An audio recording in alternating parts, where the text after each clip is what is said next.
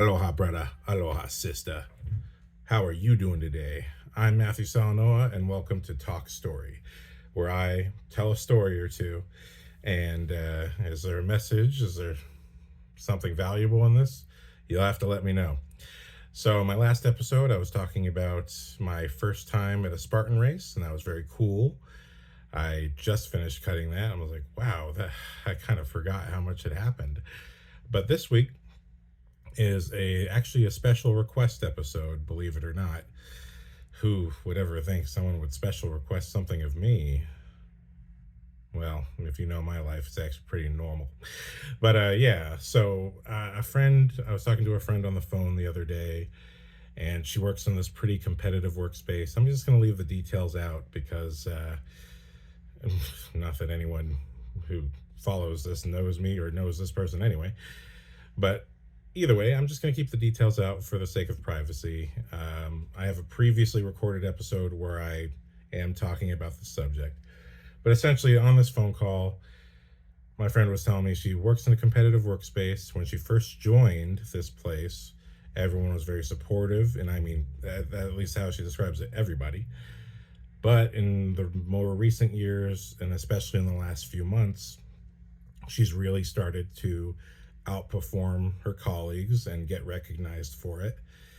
And she's found that, all of the men in this environment who, are also very competitive, none of them have given her any shade, but it's just this particular few women that, again, they started out supportive, but as she's risen higher with her recognition and all of that stuff, they've now kind of turned into these office trolls that are really badgering her, bullying her every chance they get. Whenever it's just them and they're away from everybody else, they really say some terrible, mean things to her.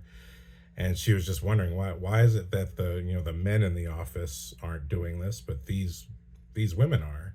And I asked, is it everyone, or is it these fellow workers I met with you before, or is it just these three? And she was like, it's just these three.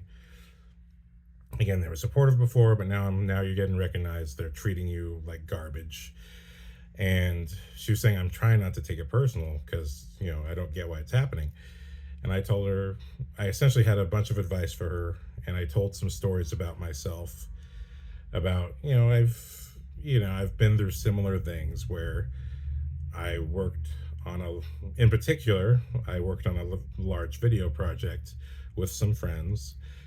And unfortunately, one particular friend was very toxic during this project. It was a months long gig type of deal. I'll get into the details.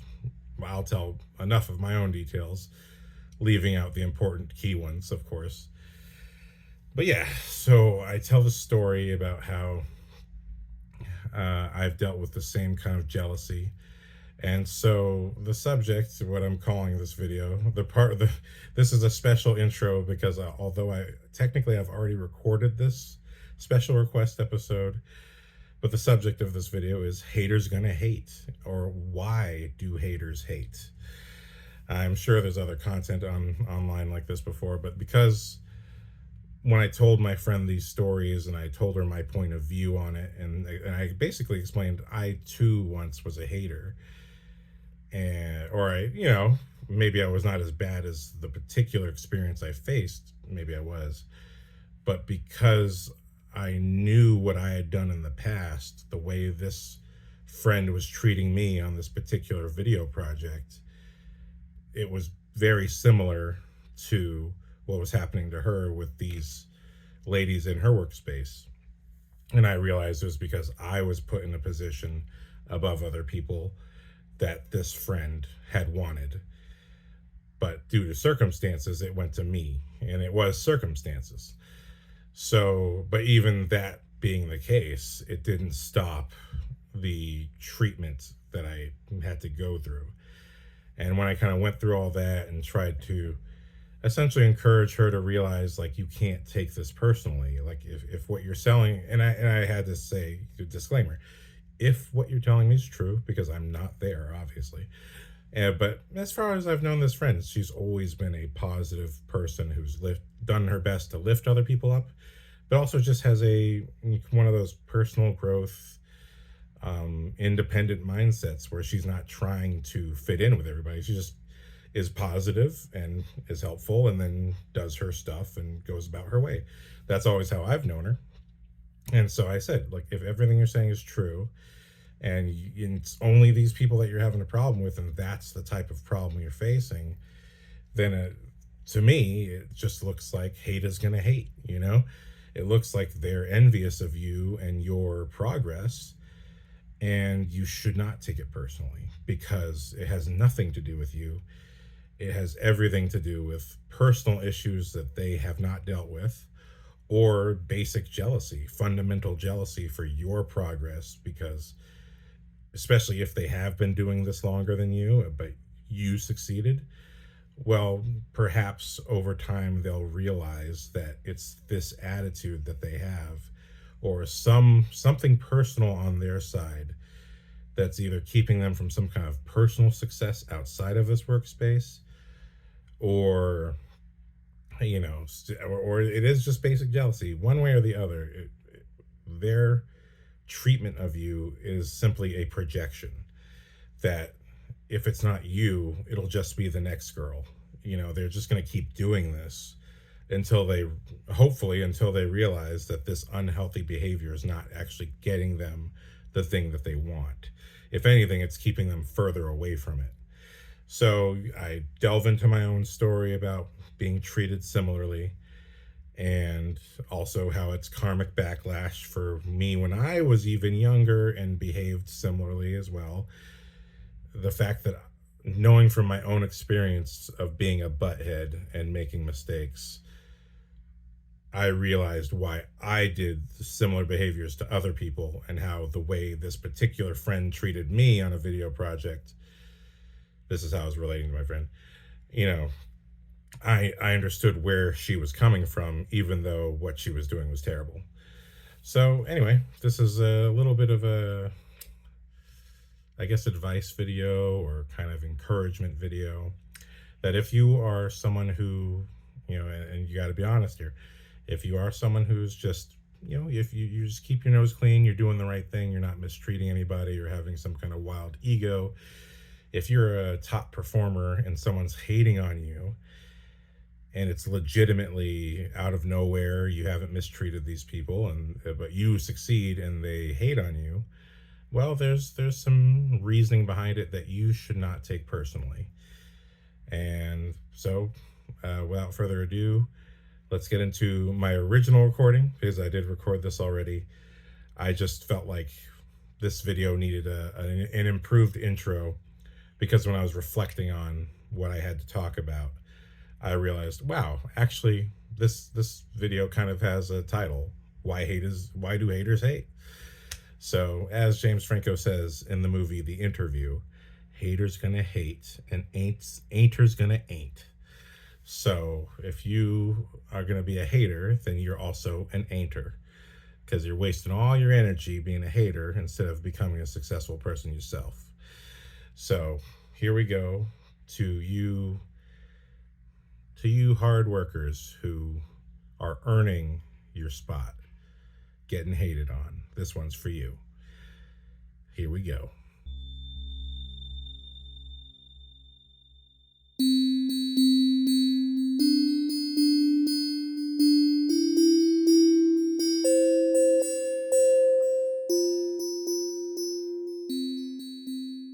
So this is kind of a special request episode, first of its kind. If you like what I have to say and you want some kind of thoughts on things, let me know. First of its kind for me.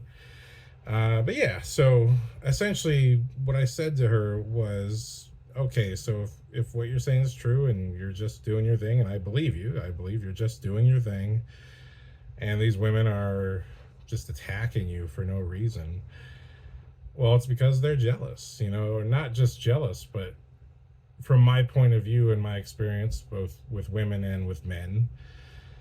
But what she was saying was, none of the men that she's dealt with have ever had this competitive, angry nature with her. And it seems only with these particular women that she's dealing with all of this stuff. And I said, well, on the first point, you've already told me that, well, you're all competing based on your gender and age. So men technically aren't competing with you, which is the first reason. And also, come on, they're dudes, and she's already acknowledged she is a very attractive woman, and these men are definitely attracted to her. She's aware of it. But besides that, they're not technically competing with you, so they really have no foundational reason to be saying anything like that to you. Because you would talk about even just guys amongst themselves were mostly just supportive of each other and not trying to tear each other down. It's like, hey, you did that, hey, way to go. And yet it seems like with the women that's completely what's happening. And so what I said to her was, well, it's not all the women, right? It's just these particular women that are doing it to you. And from my experience with women, and also just my experience as a person myself, so a little bit of self confession, admission, part of the reason these women are doing this to you is jealousy, but also it's because, to me, it has really nothing to do with you. It's not actually personal to you. They're not attacking you because they've got something against you as a person, or maybe the way you've acted or anything like that. The real reason is they have not dealt with something in their own lives, that something they're not doing or not achieving is upsetting them, and they're taking that out on you. They found you as the perfect person to scapegoat their feelings and attack.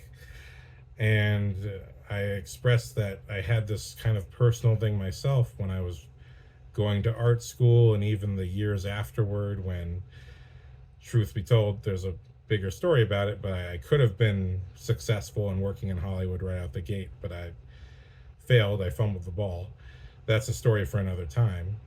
But essentially, after college, after fumbling that ball, and I would work on other people's projects, and from time to time, I would find myself kind of talking bad about these people or saying things that weren't right. And I knew it wasn't right to say that. It was just that I could not admit to myself, even within my own head, the reason I'm acting this way is that I'm jealous. I'm not making my own thing, and I'm spending all my time supporting my friend's project or supporting someone else's project.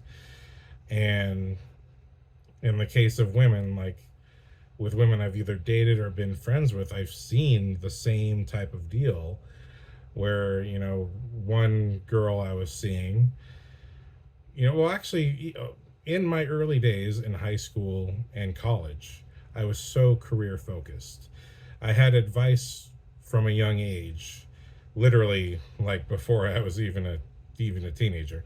I had advice from a young age from uncles, aunts, grandparents, all saying the same thing, like, don't worry about dating and girls. Focus on your dream and get there. And I really took that to heart in my early formative years. And so I would be focused on these things, and I would notice the women that I would be seeing, and it wouldn't last very long, they would be put off by this. It's like, why aren't you trying to be more romantic? Why aren't you trying to be more of a man's man, guy's guy, trying to do this or that? And in one case in college, literally the relationship was a bit toxic, where she was trying to essentially not, I don't think she was consciously trying to keep me from school, like in a sabotaging kind of way. But like I'm saying, I think she just had these personal needs, where these needs that were not met elsewhere, she was trying to accomplish by hogging me into her time more and more. And like, I don't think she wanted to sabotage me as a filmmaker or as a student going to college, but I think she just, whatever she didn't get in her life, she was trying to fill by me being there in her life more and more.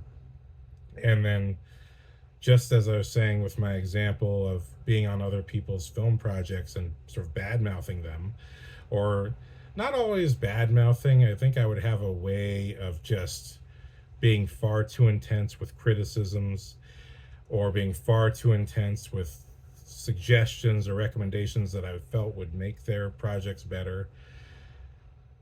I would bring a level of intensity that just wasn't necessary to what these people were working on, and in some ways made them feel like I was trying to conquer or take over their creative process.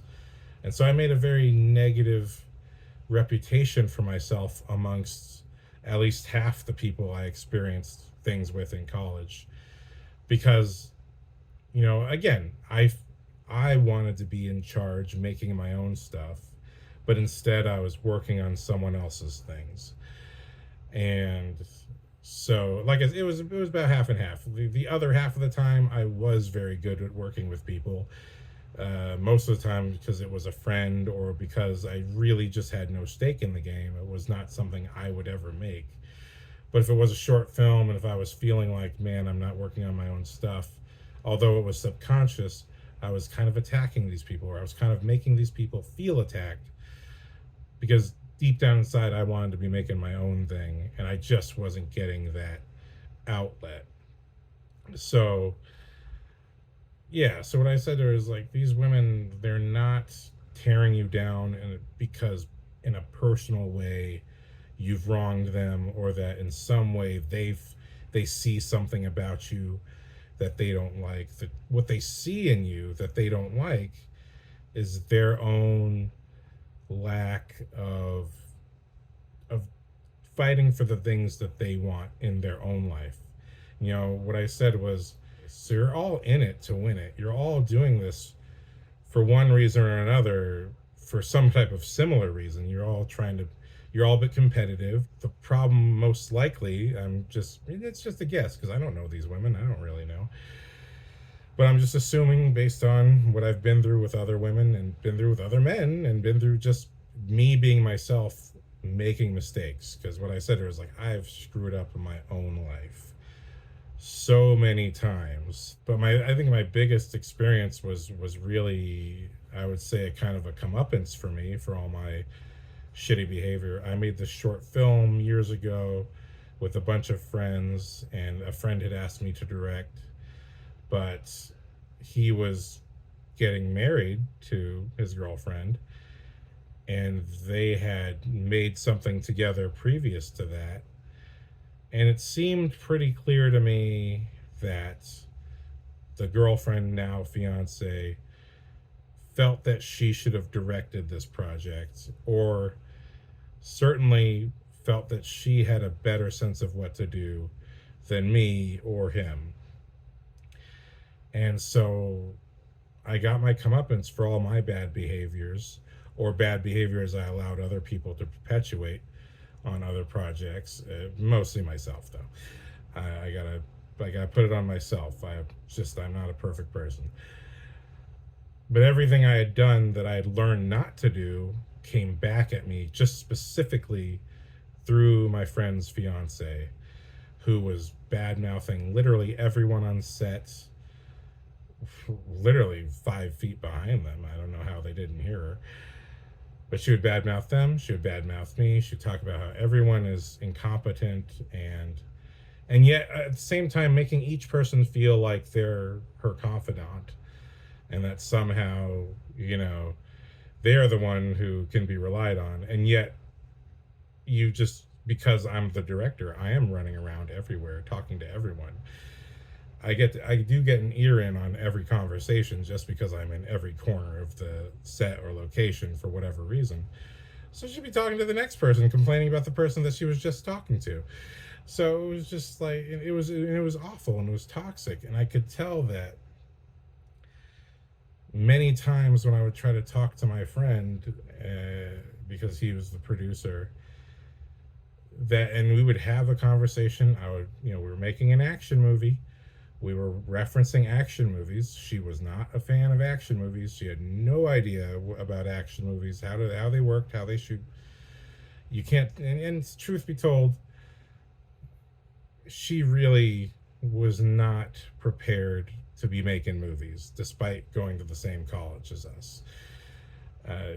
She clearly just was a different type of character, a different type of animal, and she couldn't accept that either. She wanted this position of power, and so there was just so much subterfuge, and there was so much back talking and lack of professionalism, even though ironically this couple had been working in Hollywood for 3 years. So, which kind of tells me, man, what did Hollywood do to you? Because you guys were not like this before you had worked in Hollywood for 3 years. When we were all in college together, you were way more collaborative, you liked to listen, and you treated me more like a friend. And at this point, I was really being treated like I was just the director in name. And somehow, even though I made all these plans and agreements and literally would communicate to everyone, because she was part of our crew. It wasn't like she was just there randomly. She was an important part of our crew. And you still have a position of power. It's just not above me. But she just didn't have. I could tell from working with her that despite whatever our friendship was before working on this project, she did not look very highly. She didn't look at me very highly. But I knew that deep down, all of her subterfuge and all of her treating everyone this way behind their back, especially me, was because she was angry. It's because she wanted this position and she didn't get it because they were getting married. And the truth was, my friend wanted to direct it himself, but they had a wedding to plan and they just wanted to make this before they got married because they knew they had a honeymoon coming up and all this stuff. They had so much stuff coming up that if they didn't get someone else to direct it, the short just wasn't going to happen. And that was the pragmatic reason why I was directing. So, but it was just one of those things where I did a lot of homework. I really did a lot for that project, and just nothing really. But again, I was not a perfect director. I know for sure if I was just better at the people part, because I realized that I'm just not that good with people in those days. I had come from high school before college already making tons of short films and documentaries, so I already had a chip on my shoulder. I knew what to do. I knew what I wanted and I knew what to do. But the problem is I was going to college with people who were only learning creativity for the first time, most of them. And so they were getting the same chip on their shoulder, but under a different context. So for me, college was a chance to experiment and connect with people, however poorly I did it. But I knew deep down this was all this sabotage, all of this, trying to change her fiance's opinions after our conversations about how a scene should go. You know what I mean? Things that she had no business trying to adjust, which she had done from even before we started shooting. She started trying to backseat direct the movie behind my back. But I knew all of this was because she was angry that she wasn't doing it, because she wanted to be the person in power. And this was, like I said, this was my comeuppance, but it was also my lesson. It was like, look, this is the way. You may have not done all of these things in any individual project before, but you did all of these things one by one in various different projects. And this is your comeuppance for that. You earned this treatment. And not only that, it was just it's what made me understand, like, wow, I know that she's doing this out of jealousy, and I'm happy to be directing because this is what I want to do. But I know exactly why she's doing it, because that's the reason I was acting that way on other people's projects. And it was something I had a lot of regret for, you know what I mean? Like I said, half the projects I did were fine. People liked working with me because I had a position that was of no power, and I knew it, and I was fine with it, and I was happy, But, you give me just a little bit more power, and all of a sudden, I wish I was directing. And it's bad. It's not good. If you feel you want to do something, you got to go pursue it yourself. Look, these people there's something that they're not achieving. They're either not achieving what you're achieving, which is frustrating for them, or what I felt most likely in their own life, there's something that they are not fighting for or not taking care of. That's what's really bothering them. And it's bothering them to such an extent that they've picked you to tear down. Because I know you. I know you're not an instigator. I know you're not someone who's trying to make people feel any type of way about you. You always try to uplift people and be positive. You know, you're just a shiny little diamond. You know, um, but to that being said, to that extent, then it must be this. You know, this is human nature. When we're jealous, when there's something we feel we don't have, we stab, we project, and we attack the wrong person when the real person that we should be confronting is ourselves.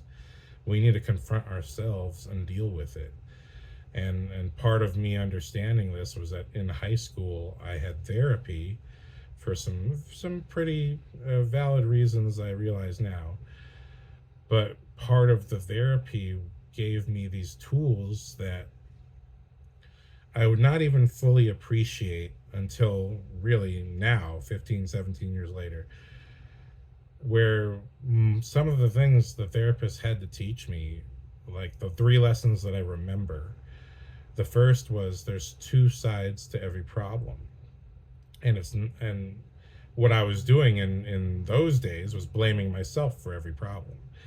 And this was an issue that would continue through the college and post college years. I blame myself for every problem, except obviously when I was rubbing people the wrong way. But whenever there was a situation, if I felt I was responsible, I took it so deeply and so personally. It's, oh, my responsibility. I really screwed up. I would get in these sort of toxic situations that never ended because I wouldn't accept that really there's two sides. Well, no, this other person is also participating in this problem. And so you have to actually really ask yourself, how much are you participating in this problem?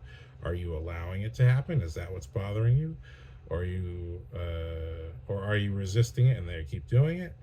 You have to really weigh and measure exactly, is this other person causing the problem or the victim of the problem? You have to just kind of be honest about what's really going on with this problem. Because if you have a problem with someone, there's two sides to it. And the other thing she tried to teach me was be in the present. So part of my issues were, and part of my guilts, I was always thinking about past or future. And I was always stuck in the past. Oh, I made a previous mistake that was similar to this. And so it must be my fault. I'm such a bad person. I'm no good. And also I'm afraid of the future. So I'm either not making a choice or whatever. And she was just challenging me to say, stay in the present. What's happening right now? And so these sort of tools, I know there's another one I'm forgetting right now, but these were kind of crucial in getting me to recognize some level of truth, whatever that's worth. So when it comes to ex-girlfriends, when it comes to this particular situation with my friend's fiance, I could kind of step back at a certain point and realize, okay, there's two sides to the problem. And I would ask myself, what is causing this? And it really wasn't until the shooting was almost over that I started to really figure out, okay, what are the two sides? Well, I know if I'm totally honest with myself, at the beginning of that shoot, I was much more of a dictator. I wasn't listening quite as well. And that, of course, rubs people the wrong way. But the second part is also, hey, I am the director. You do need to listen to me. But also, if I had just been a better human being at understanding what are the needs of these human beings around me, each one of them has a need. If I'd understood that better, I could have really addressed these problems sooner rather than kind of reacting to them after the fact, because I saw the problem, but I just didn't know how to address it and how to address it properly. Or I would try to make phone calls, but I would be ignored. But then I would realize, okay, so that's the other side of the problem. The other side of the problem is that when I try to call, this person ignores me. And they are actually, like, it's not me imagining it. This person is actually trashing me and every crew member she can behind their backs whenever she has the chance. And it all comes down to the most obvious thing. When I talk to her fiance and we make a plan about a scene, because he's also the main character in the movie, she is behind my back after that conversation, having a completely different conversation with him. And then he comes back saying something that I know doesn't make sense for him to say because it sounds like something she would say. And it has nothing to do with action movies. It has nothing to do with anything we've talked about. Like, we've both watched the same action movies. We have the same references. These are the references I'll speak to him about to explain what I'm trying to accomplish. And that even on set, there'd be times where I'd pick a shot and she would just openly say, "That's an ugly shot." And then I would tell her back, "Make it good." And, oh, yeah, and exactly, that's your job. Your job is not to challenge me and be the director. I am the director. Your job is to make my shot look good. So, it was just one of those things where, and even after the movie was done, there was such behind my back criticism, a lot of pretending to be a friend. But these little moments would come out where the truth would just squeak out of her, where she just was like, "You are not talented. You're not good at anything." And I'm like, wow. And this is someone, by the way, who once gave me a bunch of footage for a project to edit and said, "I want a 6-minute video out of it as a demo reel for how good she is, how talented she is." Because I did believe she was talented. I mean, I told her so many times how talented I thought she was, and I realized I blew up her ego, and she saw me smaller with every compliment. Because when I started editing the video, I could only pull out about a minute and a half, because most of the footage was actually terrible. And so we just have this kind of problem where, again, to me, it's comeuppance. I behaved this way in the past, and now this person is attacking me in every single way. I was a shitty person on previous projects where I made a bad name for myself with a lot of people who, they deserve better than that. But just that kind of self-acknowledgement, like, look, I can't be that. I am mad at her. I'm still mad at her to this day for behaving that way. But I can't be that mad at her because I know that I too was a toxic person on other movie sets. And I know that it's for the same exact reason that I would be sitting there thinking, I should be directing this. I know exactly how to shoot it.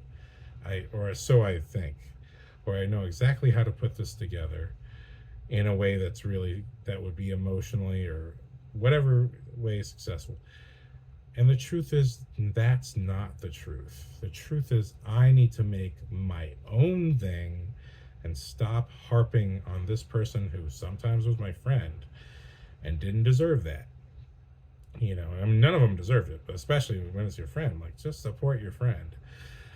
And I know that she was just going through the same thing. It was just this insane jealousy, even though she's getting married. I'm like, I was single. I was single the entire time. I've still been single for a very long time. That's another story for another episode. But this was just my key example that just kind of lined up with all the other things. Why are these women tearing me down? Why are they acting? It's because, the truth be told, there's something that they're not getting right in their life. And I even referred to, part of the reason I would say even you're not like that is because you always, or at least from your own stories that you've told me, you yourself have always fought for what you wanted. So, like, she told me a very personal story about, I won't get into the details, but her parents were not initially supportive of her getting married to the husband she chose, but she fought for it. And she's, been married for over 10 years now. And her parents did actually come around. And so I told her, like, look, your whole story is you fighting for something you want that other people don't agree with. And truth be told, you won. You won because your parents came around, or like, you know what, okay, this is fine. What were we thinking? We love our daughter and we want her to be happy. And and she's already told me how her husband's been a supportive, good guy, and that's really wonderful to hear. So I'm my thing was like, you're not acting like this because you've always fought for what you wanted. And people like me, or like my friend's fiance and now wife, um, when these people act this way, it's because there's something in their life that has nothing to do with you. Like, I would say, even my friend being, having all that subterfuge and all that stuff, it had nothing to do with me. It was all because she just wanted to be a director. She wanted to be in control, and she wasn't. And I knew it. I knew it because I'd done the same thing. And so it's like, when people tear you down, for those of you who are out there just fighting the good fight, you're not stirring the pot, you're not trying to treat anyone poorly. If that is the truth, again, there's two sides to every problem. Let's make sure we know that's the truth and stay in the present. Make sure you're not mistaking a current situation for past mistakes or past problems.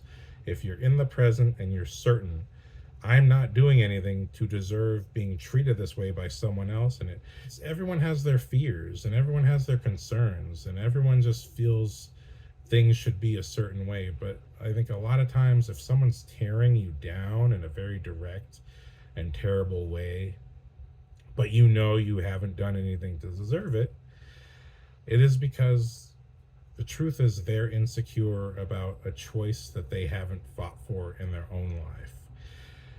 Whatever the problem may be, it may be deeply personal, maybe they didn't fight for a romance that they wanted, or they have trouble with work, or they're having any myriad of problems that maybe the source of their problem is that they're giving into this resentment and this jealousy of other people who are doing better than them in areas that they wish they were doing well. Even if it's something small, like, again, my friends, they worked in LA for 3 years. I didn't. I was at home working, videography gigs and video editor gigs. But at the same time, they were having trouble finding work. And I can understand that when you come back from LA working 3 years, and I'm still working and I'm still staying afloat, and then I get the job that you want, that even though I'm not making money, it's just that 1 inch difference, that one integer difference, that I'm doing something that you wish you were doing, is the reason why you're jealousy, because deep down you're like, I'm not fulfilled because I'm not doing the thing I want to do. But if we're, just looking at that situation, truth be told, she doesn't like action movies. So she would have no business directing an action movie. She doesn't even relatively respect the intelligence of men, as far as I can tell. So she had no business being a director of an action movie. And if I'm honest, the one they directed together before was not very good, from my personal opinion. But to me, I'd been helping this guy make stuff for years before they even met. So to me, it was just a natural evolution of our working together, that at some point, and I would always hope, he would ask me to direct something, just because we collaborated so much and I helped a lot of his projects become better in one way or another. And I was really honored to be asked. But truth be told, she really had no business being in charge of any type of movie thing, because just knowing her is just like, look, you can't even name a cinematographer, you can't name a director of anything. You're not as passionate about this as you claim to be, and you just got to be honest with yourself, and like, you do not belong in the position that you wish you had. And if you want to direct something, you should be wanting to direct something that is in a genre that you enjoy. If you enjoy sitcoms, you should be trying to direct something that's funny. You gotta really, think. You gotta really think hard. Like, if you want this job, it should be something that you want to do. Just like all the jobs, all the gigs where I had made a bad name for myself for my little personality problems and all that. And not that they were little problems, but just, in here. And the truth is, like, I would have no business directing any of the things that I was acting funky on. I wanted to make my own thing, but my own thing was much more in line to that. I loved action movies and I loved adventure, and that's what this short film was. And, it's just, it's so apparent to me, that so much of how we act is out of fear. It's out of fear. Like, I myself am tired of being afraid, to tell you the truth. I'm tired of being afraid, and I'm tired of letting my fears and insecurities give me some kind of personal feeling that it's okay to take someone else down just because I'm jealous. I feel like a lot of people, no matter where they are in the business or their success, like people I follow and respect on YouTube, Instagram, I feel like I still see this kind of bitterness and resentment, this kind of reacting to things in a way that says, well, I could have done that better. And it's like, well, maybe you could have, but would you even have made this thing? Are you really just saying this because you're jealous you're not making it? And I think if you're just coming from a point of jealousy, that has nothing to do with the thing you're trying to tear down. And so my advice to her was just, you know what, don't take it personally. And I know it's hard not to, because they are personally attacking you, but just watch your back, because toxic people can always get worse. But also, as far as their words go, let it roll off your shoulders, because the truth is, it has nothing to do with you. These women are unhappy because either they're not succeeding the way you are, or something, most likely what I feel, something in their personal life is not succeeding the way they wish it would. And that's what's tormenting them enough to treat you this way. Because most likely, if whatever that personal issue was resolved, they really wouldn't have to look at you and have all this judgment and this anger and this need to treat you this way. But to confront that honesty, the fact of the matter is that that's at least 2 or 3 women who are doing this together. All their resentments are pooling together. They're feeding each other's negativity, and that's a bad thing. But truth be told, it's like, look, these women need to figure out what their own problem is and deal with it. Because, the truth, that what I told her is, the truth is, eventually they'll get bored of attacking you and they'll move on to someone else, if they aren't already attacking someone else. And at some point, when they're on their 3rd, 4th, 5th, 6th, 7th, when they are on yet another person that they're trashing and try to tear down, and when that doesn't work because that person is another positive spark plug who won't let them pull her down, when they finally realize that all this negativity isn't getting them anywhere, that's when they're going to have to stop and go, okay, why the hell am I doing this? Because it's not getting me anywhere. All my anger and all my spite and hate is not actually getting me closer to feeling better about whatever my problem is. And so that's why I'm sharing this little story with you guys today, because I've been that toxic person, in many different shades and many different levels. And I've also been a very weak person who took on more responsibility than I ever should for people who were toxic and selfish.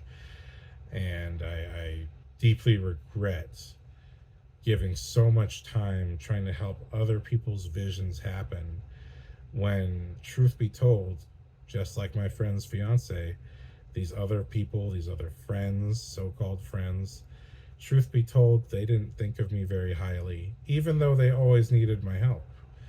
And that's kind of when I realized, okay, I have this very low opinion of myself because I cared deeply about a lot of people and tried to support them and help them.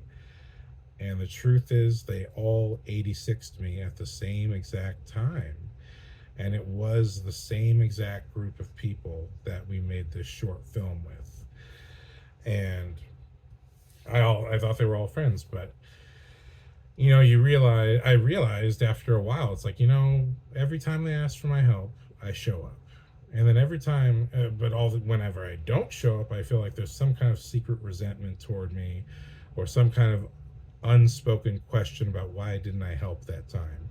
I always felt it even though it was never spoken. You know, kind of like when I watched, the Power Rangers, Mighty Morphin Power Rangers, like, you know, doesn't it seem like the Red Ranger and Green Ranger should be brothers, or they should be related in some kind of way, because their helmets kind of match and they have similar dinosaur zords. So, and then if you watch the original Japanese show, guess what? Yeah, they're actually brothers. That's why they have the same shape helmet and the same looking dinosaur zords, because they are actually brothers. Um, so, when you're feeling something in the back of your mind that you're not sure if it's true, and you don't want to think the worst of anybody, but it's true and it's real, it's happening. So I've just come to realize, after, both being the toxic person and trying so hard to make up for being the toxic person, being supportive of people, it's always just led to me supporting people, or bending the knee to people who didn't really respect me, despite the fact that I helped them succeed. Which really doesn't make sense if you think about it. That means that they're aware they need me, and yet they still have a superior opinion of themselves above me. You know what I mean? And a lot of that has to do with, because if I'm totally honest, look, this is how I treated myself. I went from being the toxic person to trying to bend the knee and make up for being a toxic person, and neither one of those choices was actually a healthy thing. I've learned to stand my ground and to be myself, and just be honest. Call out a problem when you see it. If you see a problem, you got to call it out once, as soon as you see it. Otherwise, it will fester and be the thing that ruins the entire experience for everybody.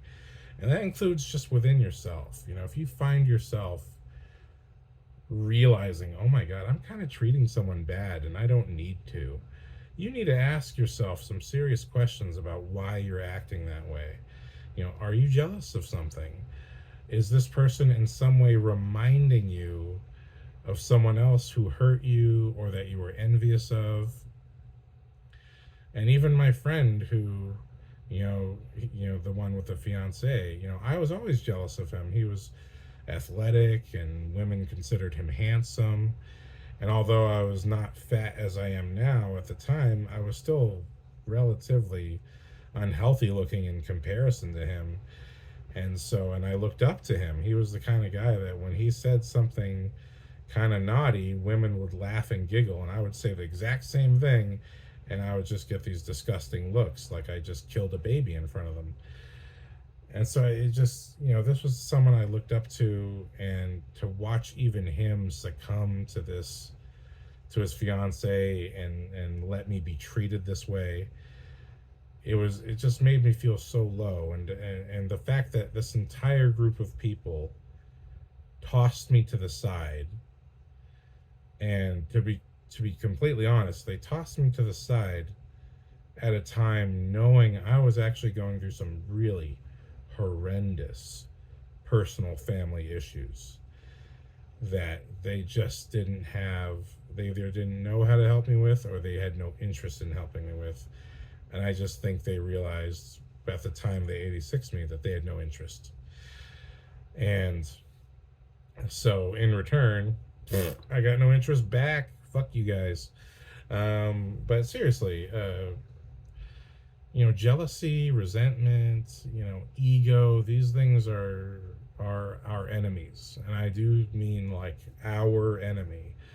If you're not a person who's a little bright spark plug who just tries to be positive with everyone, if you're a person who's like me and you've got these demons bothering you, and you're either treating someone wrong or someone's treating you wrong, you just got to ask yourself some hard questions and be willing to accept whatever the truth is. Like the line Alfred says in The Dark Knight Rises, we have to stop trying to outsmart the truth and just let the truth have its day. And the truth is, my friend's fiance had no business being the director of that project and had no business treating people the way she was treating them. And the truth be told, I should have been a better leader in tackling these issues earlier and just being a better human and learning how to sort of talk to people right and talk to each person as they need to be spoken to, because people do have different needs. And if I just known those things before making that short, I know the experience could have been better for everyone. And even that fiance, I know if I just known what I was doing down to the social level, I'm certain I could have turned her around much earlier on and made right the things that I know I did wrong that pushed her to feeling right that I was this incompetent spew. You know what I mean? And so there's a two-way street to all of this. But in the case of my dear friend, who I feel she is experiencing what I experienced when I made that short film, like, hey, you're doing something that someone else wishes they could do. And for whatever reason, their natural instinct is to tear you down. You do just have to take it in stride, because you can't fight the storm, because the storm isn't personal. you know I just watched this really, it was a really shocking documentary, the Twister or something like that. It was on Netflix, and it's all about this twister that devastates this small town in Missouri. And this does happen all the time, but it was just one of those situations where all the people who went through it had never experienced a twister like that before. And so for them, this was this level of devastation was brand new for them.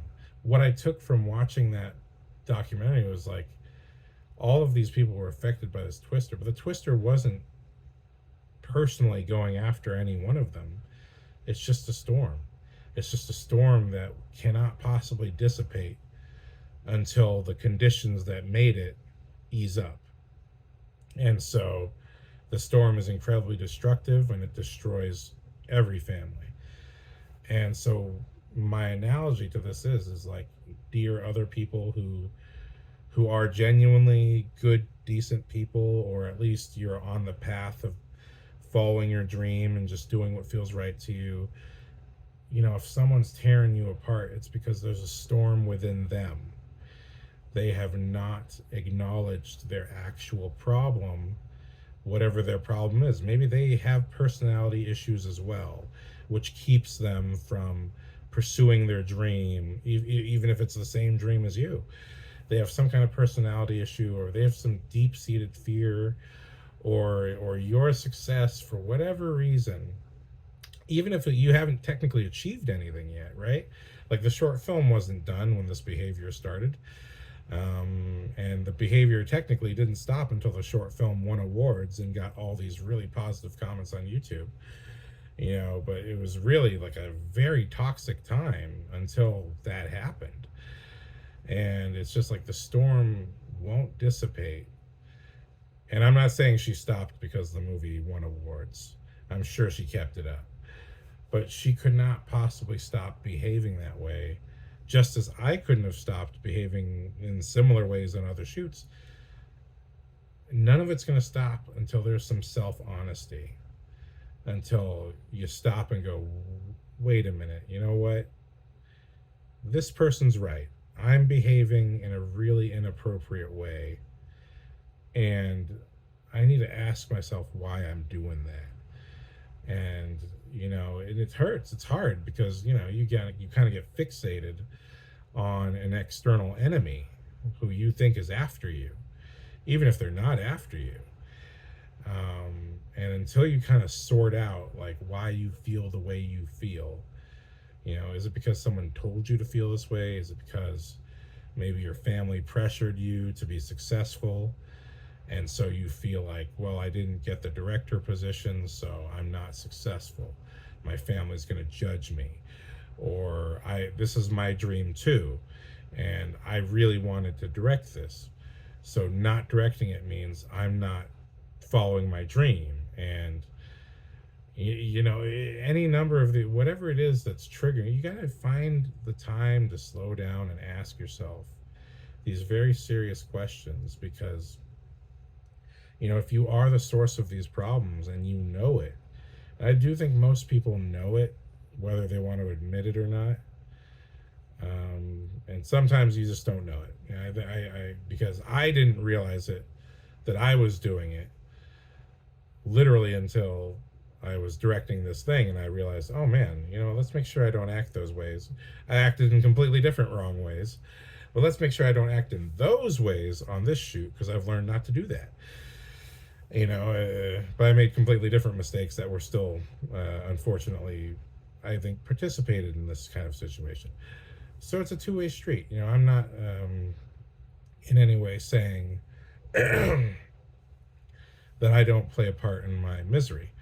But what I'm saying is, like, because I did these things, I get where my friend's fiance, now wife, was coming from. And I understood it then too. And I tried to be understanding. You know what I mean? We did reach a breaking point of talking to each other where I tried to be understanding and tried to, course correct.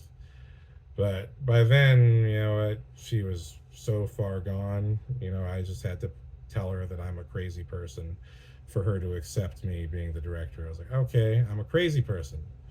You're right about everything, and I'm just a crazy person. I'm not dating you, so I shouldn't have to tell you you're right. And yet, I have to tell you that you're right, even though you are so wrong. And even, it was just disgusting. It had no end. So, yeah, I have no interest in returning to any of those people. Because all of these people participated in this, and on their own level treated me the same way. So, I don't miss a single one of them.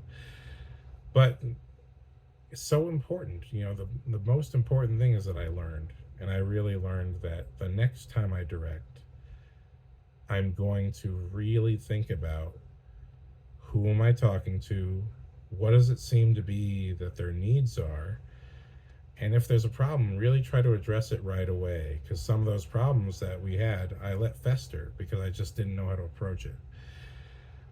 But also, I just have the wisdom of knowing, hey, you know why people do things, because you did these things too.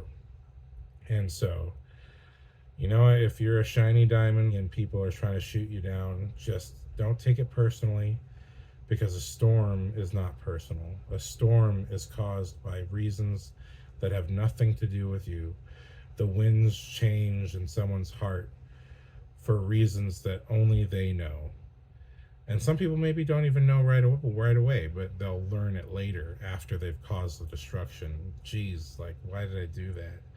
I really screwed up, I'm one of those people too. I was a storm, and I've fought so hard to transform myself into someone who's no longer a storm and who's more of a mountain, someone who can just be solid and have a perspective. And it's a long time trying to work that out. If you're just a person trying your best to be your best, and you're not out there, trying to make people jealous of you, because there's people like that too. Let's just be real. No one should be treated like that, but definitely someone who is not doing these things to make you jealous doesn't deserve that.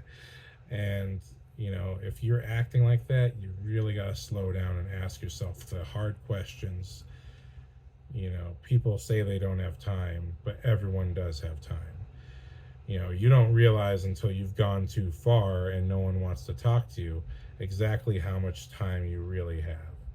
And so I feel for these women, because I in my heart I'm like, I would love to just talk to them and say, hey, what's going on? Why are you treating my friend this way? Because it's not right. You got some personal issue with her, or you got some personal issue on your own that you're taking out on her, because you better figure that out, because this ain't okay. So, because you got to ask yourself the hard question. Otherwise, you'll never get better. But if you're the shiny diamond, people are tearing you down, just remember the storm isn't personal, and you got to keep doing you. You got to keep climbing that mountain, because you are a mountain. You are what you set out to be. You don't give up no matter how much suffering you endure. You keep going and you try to complete your quest. And that's something that I'm trying to work on myself. I'm on a whole nother level of personal development now. Now that I've gotten over the hump of self-revelation, now I'm trying to work on self-actualization. And it's a struggle.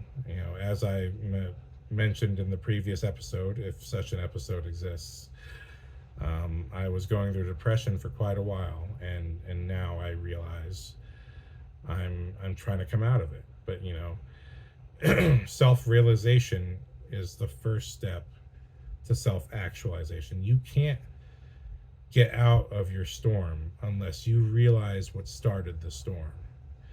So again, keep shining, keep doing what you're doing, and watch your back. Though, remember, toxic people can always be worse. I have learned not to trust people because of these issues with former friends, that even friends can be the most dangerous, or rather especially friends can be the most dangerous person to you and damage you in ways that are literally take decades to recover from. So it's so important that you watch your back, but also keep fighting the good fight. Don't you dare let these people get to you. You just remind yourself, they have an issue that has nothing to do with me. I am working on myself, and I gotta get where I need to get. And like I said, one day, as what happened with me, and as what I hope my friend's wife has learned, one day you will destroy enough things that you'll have nothing else to destroy, and you realize, fuck, I'm the problem. And the sooner you realize that you're the problem, the sooner you can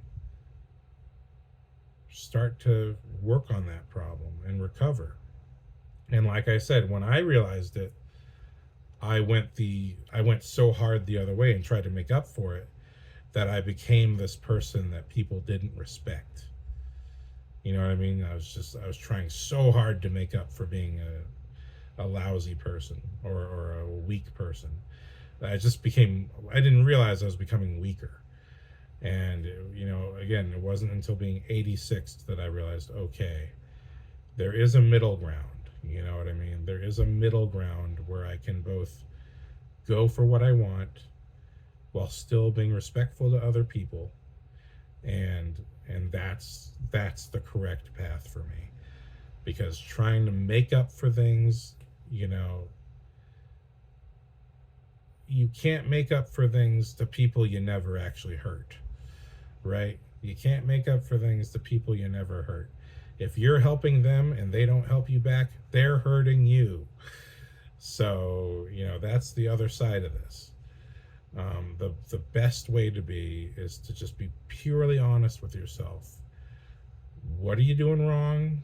What do you want to do? And go toward what you want to do. What do you want to be? One thing I tell myself every day to fight my demons, because I do have a lot of them, is like, I remind myself, I want to be a good person, and I want to be successful in life. That's the new mantra I'm working on. But for the last 8 years or so, it's been, I want to be a good person. I used to think I was a good person, and in those days, that's when I was the toxic person. But when I decided to tell myself, well, let's not assume you're a good person, because you know that you have these personality issues, you know you got stuff to work on. What's your aim? I aim to be a good person. And good doesn't mean being subservient, it means being wholly good, in the sense of not religious holy, but in the sense of I know what I want, I know how I want to treat people, and I know how I want to be treated. And I know what matters to me. And by knowing those things, I can at least start to have some compass for where I should be trying to go. And so I actually have not made a short film since that film almost a decade ago, in part because I really felt horrifically treated by people I thought were my friends. But the other part is because I had these personal things that I needed to do. I had family that needed my help. And even now, I have people that genuinely need my help.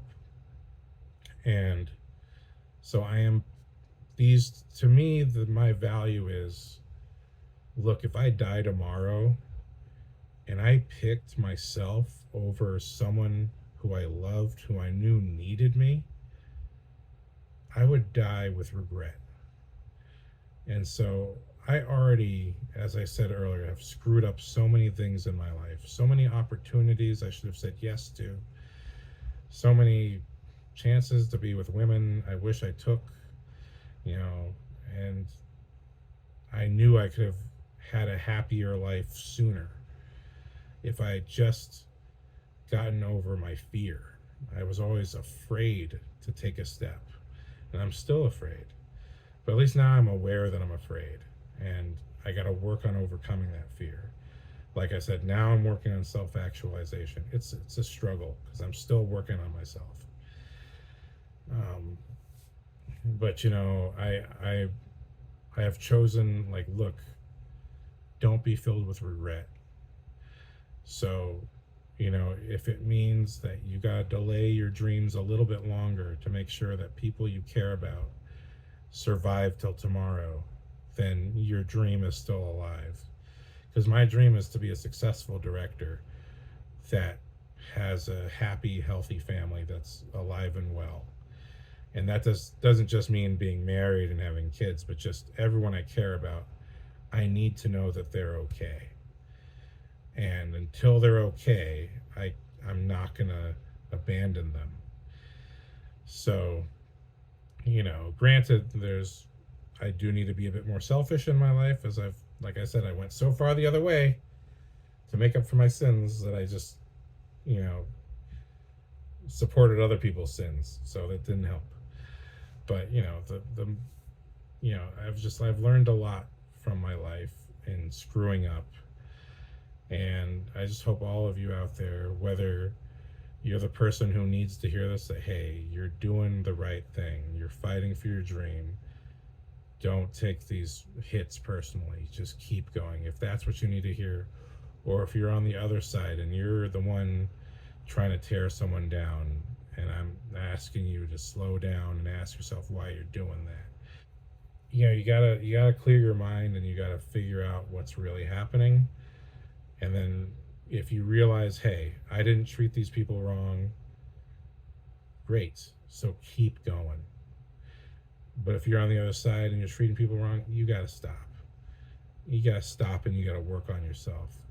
And that might be the scarier, hardest thing to do, but you won't succeed in the way that you want to succeed until you do that. That your only path to being like the person you're tearing down is to stop tearing them down. You gotta stop it. Work on you.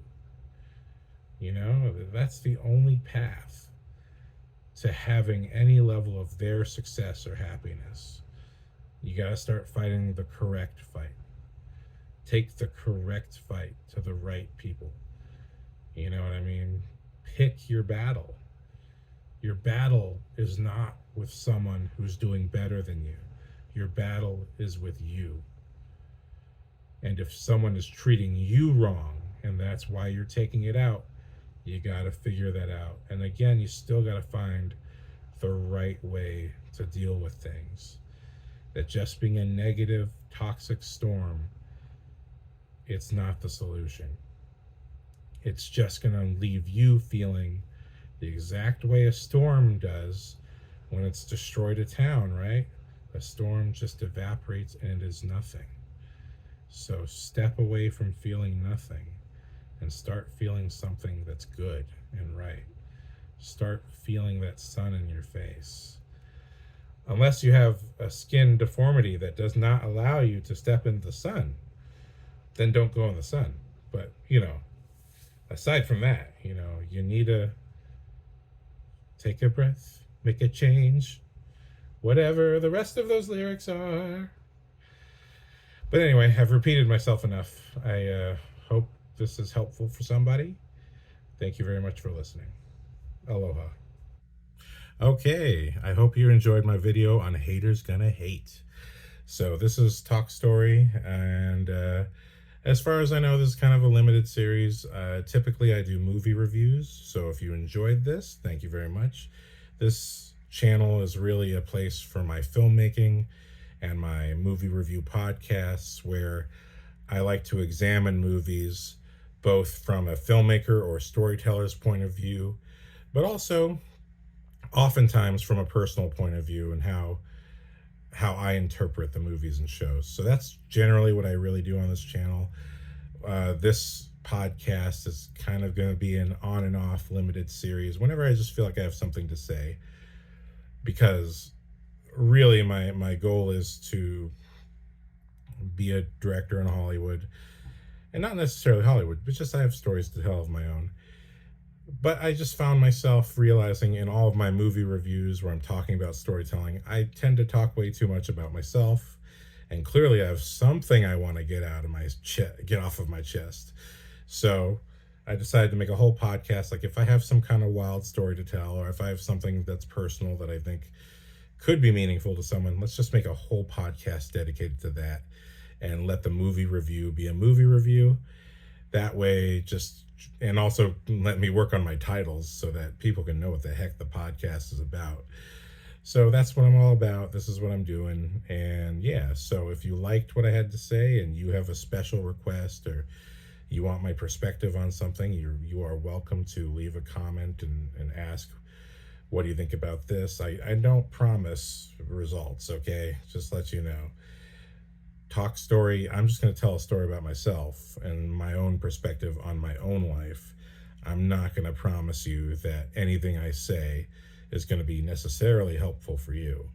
But if you think that there's something, just like I said these stories to my friend, and she was like, oh, can you just make a podcast of this so I can listen to it? I'm like, oh, okay, fine, sure, I guess. And so if for some reason you want my perspective on something, I may not give it if I don't think I have something appropriate to say.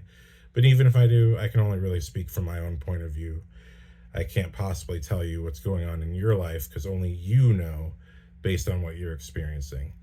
So yeah, that's just what I'll say. Like, if anyone has any special requests, that it is going to be filtered through that. If I actually have something to say, and even then, like, don't expect what I say to fix your life, because I can't do that. Only you can do that. But I can just lend my point of view, and that's what I got to say. So we'll see when I have another episode. And until then, if you've watched this and enjoyed it, thank you very much. Please hit the like and subscribe. Actually, you know what? Just hit the like. I hate hearing please like and subscribe. I just hate hearing it. So if you want to subscribe, that's just entirely up to you. All right. I like my favorite channels don't ask for it. Red Letter Media doesn't ask for you to like and subscribe. And I love that. That's my favorite thing about them, besides being hilarious, is that they don't ask for that. So you know what? Strike that. You don't have to like or subscribe. But if you do, that's cool. But anyway, that's what I got to say for today's episode. Welcome to Talk Story. I hope anything I said was useful to you. And hopefully I'll see you next time. Aloha and mahalo. Or mahalo and aloha. I'm a bad Hawaiian. I'm very bad. Mainlander. Okay. See ya.